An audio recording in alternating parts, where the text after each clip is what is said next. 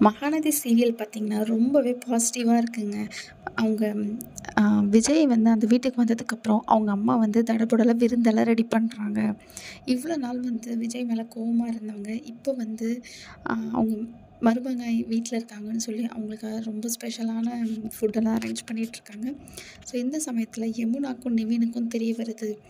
காவேரி ப்ரெக்னென்ட்டா இருக்கிறத தெரிஞ்சு யமுனா வந்து ரொம்பவே சந்தோஷப்படுறாங்க. பட் யமுனா வந்து எப்படி இவங்க 2 பேரும் சேர்றாங்க?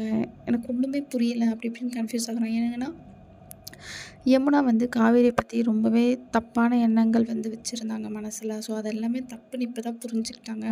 அட் த சேம் டைம் அவங்க ரொம்ப இம்மெச்சூரிட்டியா இருக்காங்கன்னு சொல்லி காவேரியும், விஜயும் புரிஞ்சுக்கிட்டாங்க. நிவின் தான் இன்னமும் யமுனா மேல ரொம்பவே கோவமா இருக்காங்க.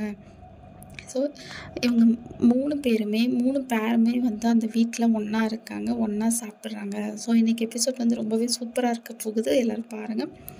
அ யமுனா வந்து போயிட்டு அவங்க அக்காகிட்ட ஃபர்ஸ்ட்டு வந்து ஃப்ரூட்ஸ் எல்லாம் குடுத்து நல்லா இருக்கீங்களா? அப்படி இப்படின்னு கேட்குறாங்க. பட் அன்னைக்கு நைட்டு தான் வந்து யமுனா வந்து விஜய்கிட்டயும், அவங்க அக்காகிட்டயும் நான் பண்ணதெல்லாம் சாரின்னு சொல்லி மன்னிப்பு கேட்குறாங்க. காவேரியும் மன்னிக்கிறாங்க. விஜய் வந்து யமுனா கிட்ட, "இவ்ளோ மோசமா உங்க அக்கா கிட்ட பேசுனியா? ஏன் இவ்ளோ இம்மெச்சூரிட்டியா இருக்கன்னு?" சொல்லி ரொம்பவே அவரு மெச்சூர்டா பேசுறாரு. நிவின் வந்து யமுனா மேல வெறுப்பாவும், கோவமாவும் இருக்காரு. இது எப்போ குறைய போகுதுன்னு தெரியல. பட் இவங்க 3 பேருமே ஒண்ணா ஜாலியா அந்த வீட்ல பேசிட்டு இருக்கிறது சீரியல்ல ரொம்பவே நல்லாயிருக்கு.